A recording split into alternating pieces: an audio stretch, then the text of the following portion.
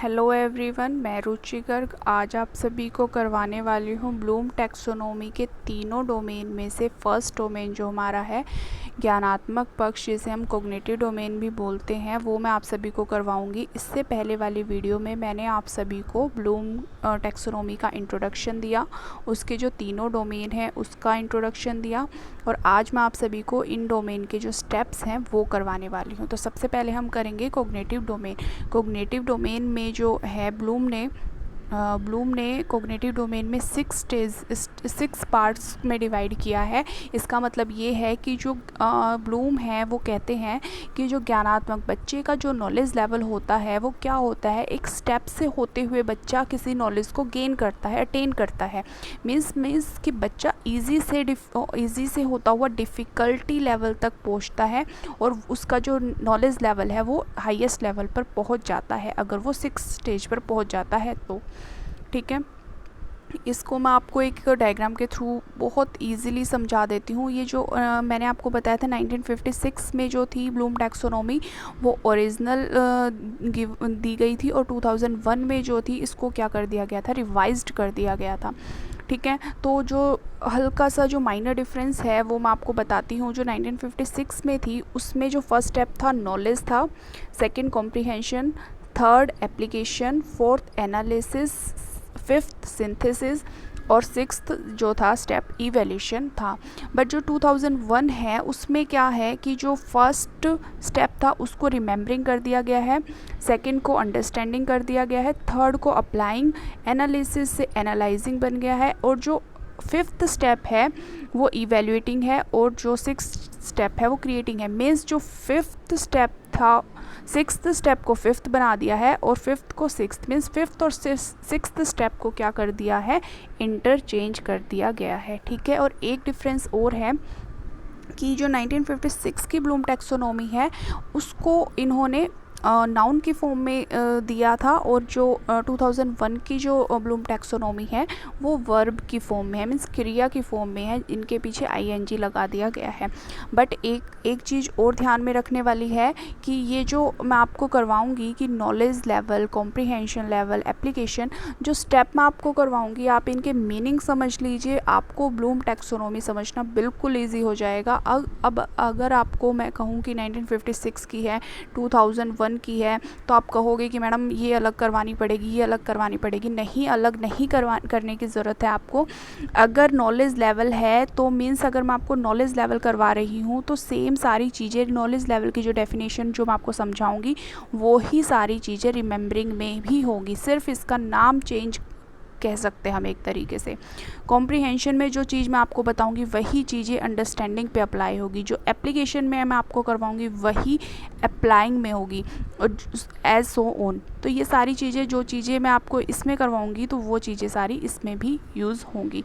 तो इस चीज़ के लिए आप, ये नहीं है कि आपको ये अलग अलग से करनी पड़ेगी, बट आपको ये चीज़ समझनी है कि सिर्फ इतना सा डिफरेंस है कि फिफ्थ और सिक्स्थ स्टेप को इन्होंने इंटरचेंज कर दिया है। ठीक है, तो मैं यहाँ पे आपको करवाती हूँ, दोनों हमारी ब्लूम टैक्सोनॉमी साथ के साथ चलेंगी, 1956 की और 2001 की भी। ठीक है, तो जो फर्स्ट स्टेप है हमारा वो है नॉलेज लेवल। नॉलेज लेवल क्या होता है कि मतलब रिमेम्बरिंग मीन्स क्या होता है, याद रखना, मतलब चीज़ों को याद रखने की क्षमता।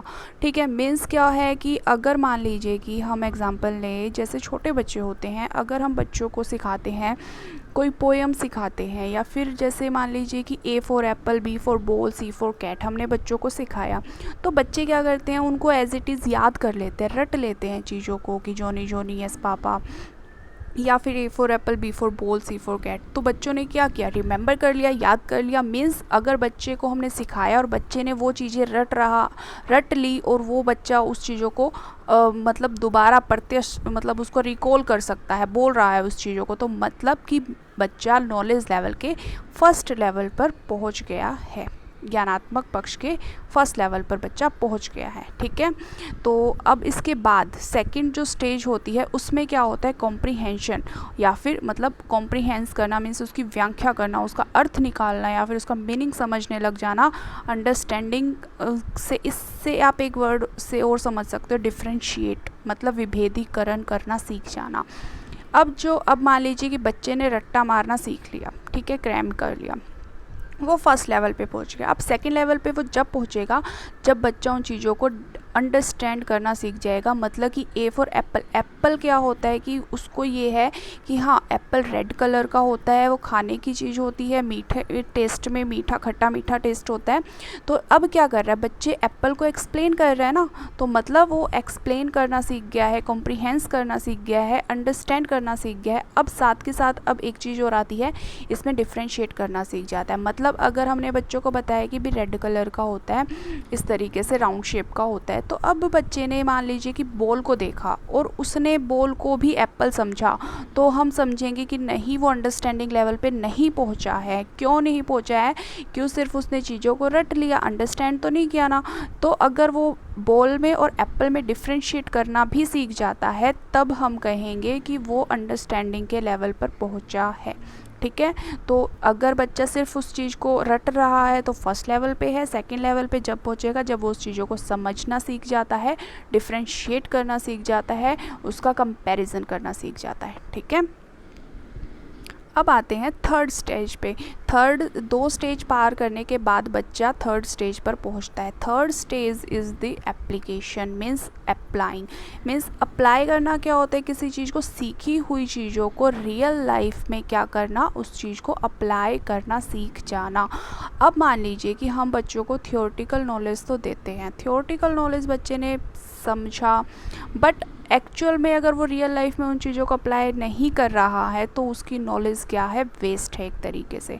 ठीक है, तो अप्लाइंग में क्या होता है कि वो रियल लाइफ में चीज़ों, सीखी हुए ज्ञान को क्या करे, अप्लाई करे। अब मान लीजिए कि हमने बच्चों को काउंटिंग सिखाई या फिर हमने सिखाया कि 1 + 1 = 2 है, 1 + 2 = 3 है। तो इस तरीके से हमने बच्चों को प्लस करना सिखाया या फिर माइनस करना सिखाया कि 2 - 1 = 1 है, या फिर हम बच्चों को प्लस माइनस सिखाते हैं। ठीक है, प्लस माइनस हमने सिखा दिया, बट अप्लाई कब करेगा, जब वो उसको एक्चुअल लाइफ में उस चीज़ों को अप्लाई कर रहा है। अब जैसे मान लीजिए कि हमने बच्चे को 5 रुपीज़ दिए, हमने कहा कि आप मार्केट में जाएं और 4 रुपये, मतलब 4 टॉफ़ी लेके आएँ 4 रुपये की।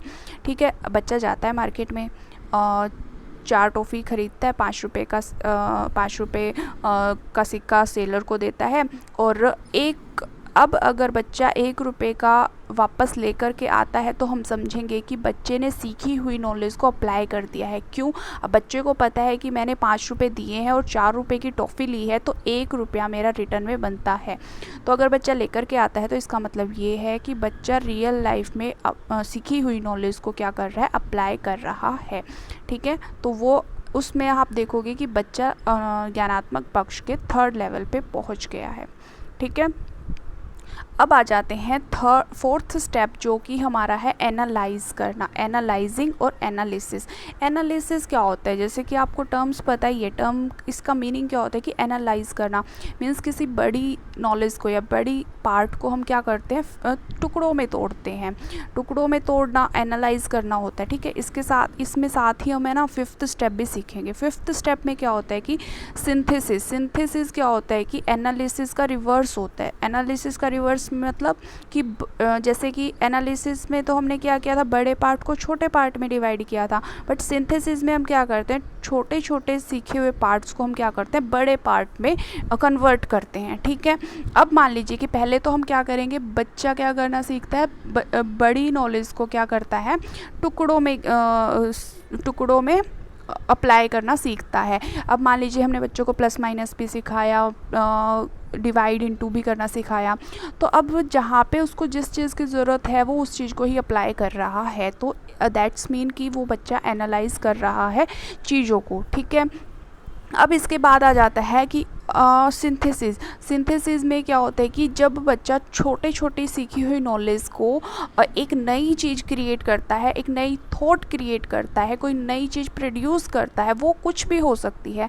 उसकी थॉट हो सकती है या कोई नया प्रोडक्ट प्रोड्यूस कर सकता है या कुछ भी होता है, मतलब कि सीखे हुए ज्ञान से वो क्या कर रहा है, नई चीज़ बना रहा है, दैट इज़ द सिंथेसिस। ठीक है, पहले मैं आपको 1956 वाली कंप्लीट करवा देती हूँ क्योंकि दोनों टर्म इंटरचेंज है, तो आप कंफ्यूज ना हो, इसलिए अब मान लीजिए कि बच्चे ने बड़े नॉलेज को क्या किया, पार्ट्स में उसको समझा।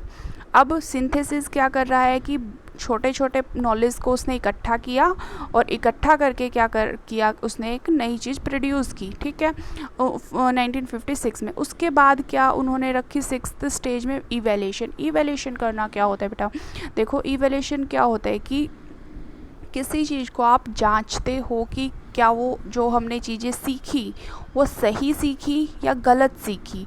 उस चीज़ को हम क्या करते हैं, इवैल्यूएट करना जब सीख जाते हैं, सही गलत की चीज़ की परख करना सीख जाते हैं, तो उसको हम क्या कहते हैं, मूल्यांकन कहते हैं, मतलब सीखे हुए ज्ञान की आलोचना करना। अब आलोचना से बच्चे समझते हैं कि भाई उसमें कमियां निकालना, बट नहीं, मैं आप सबको ये भी बता दूं, जो आलोचना वर्ड यूज़ किया जाता है, आलोचना वर्ड दोनों चीज़ों के लिए किया जाता है। वो क्या होता है, वो पॉजिटिव भी हो सकते हैं और नेगेटिव भी हो सकती है।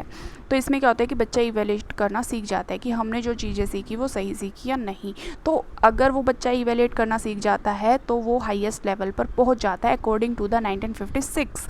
बट जो 2001 में इन्होंने क्या कर दिया कि जो एनालिसिस तो हो गया हमारा कि बड़े पार्ट्स को छोटे पार्ट्स में सीख रहा है बच्चा, मतलब छोटे छोटे भागों में करके उसको हम पूरी चीज़ सिखा रहे हैं, ठीक है। बट उसके बाद उन्होंने क्या रखा, इवैल्यूएट करना कि हमने जो चीज़ें सीखी वो सही सीखी या नहीं, ठीक है। और अब उसके बाद क्या किया कि क्रिएट, कुछ नया बनाना। अगर बच्चा सीख जाता है, बच्चे की खुद की कुछ नई चीज़ें प्रोड्यूस कर रहा है या फिर कोई नई थॉट हो सकती है, वो अगर प्रोड्यूस कर रहा है तो दैट्स मीन कि वो हाईएस्ट लेवल पे है, ठीक है। तो उन्होंने 6th क्रिएट करना कुछ उसको 6th स्टेज पे रखा है, ठीक है। तो इसके कुछ दोबारा से रिवीजन भी है, जैसे रिमेंबरिंग में आ जाता है कि कैन लर्नर रिकॉल और रिमेंबर द इंफॉर्मेशन, मतलब क्या बच्चा चीज़ों को रिमेंबर कर पा रहा है। अगर कर पा रहा है तो वो रिमेंबरिंग के फर्स्ट लेवल पे है, सॉरी कॉग्निटिव के फर्स्ट लेवल पे है। अब आ जाते हैं can the learner explain idea और कॉन्सेप्ट, क्या बच्चा एक्सप्लेन करना सीख गया है या डिफ्रेंशिएट करना सीख गया है। अगर सीख गया है तो इसका मतलब ये है कि वो अंडरस्टैंड करना सीख गया।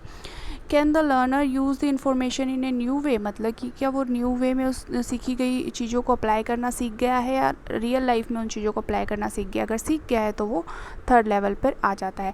एनालिसिस में क्या होता है कि can the learner differentiate between the various part और द कंपोनेंट और द होल, मतलब क्या बच्चा वेरियस पार्ट में और पूरे नॉलेज में डिफ्रेंशिएट करना सीख गया है। अगर सीख गया है तो दैट मीन्स वो 4th लेवल पे पहुंच गया है। अगर इवैल्यूएटिंग पे आ गया है, मतलब वो जस्टिफाई करना सीख गया है कि जो मैंने चीज़ें सीखी हैं वो सही है या गलत सीखी है, अगर वो इवैल्यूएट करना सीख जाता है तो उसका मतलब ये है कि वो 5th लेवल पर पहुँच गया है। अब क्रिएटिंग में क्या होता है कि क्या बच्चा नई produce, generate a new idea और क्रिएट ए डिफरेंट थॉट, अगर वो सीख गया है तो इसका मतलब है कि वो कुछ क्रिएट करना सीख गया है और नॉलेज कॉग्निटिव डोमेन के हाईएस्ट लेवल पर वो पहुंच गया है, ठीक है। तो इस तरीके से हम कह सकते हैं कि अगर इन 5-6 स्टेप तक पहुंचते हुए बच्चे की नॉलेज जो डोमेन होता है वो उस डोमेन को पार करते हुए हाईएस्ट लेवल तक पहुंचता है। तो इसमें मैंने एक डायग्राम और ऐड किया है जिसके थ्रू आप समझ सकते हो।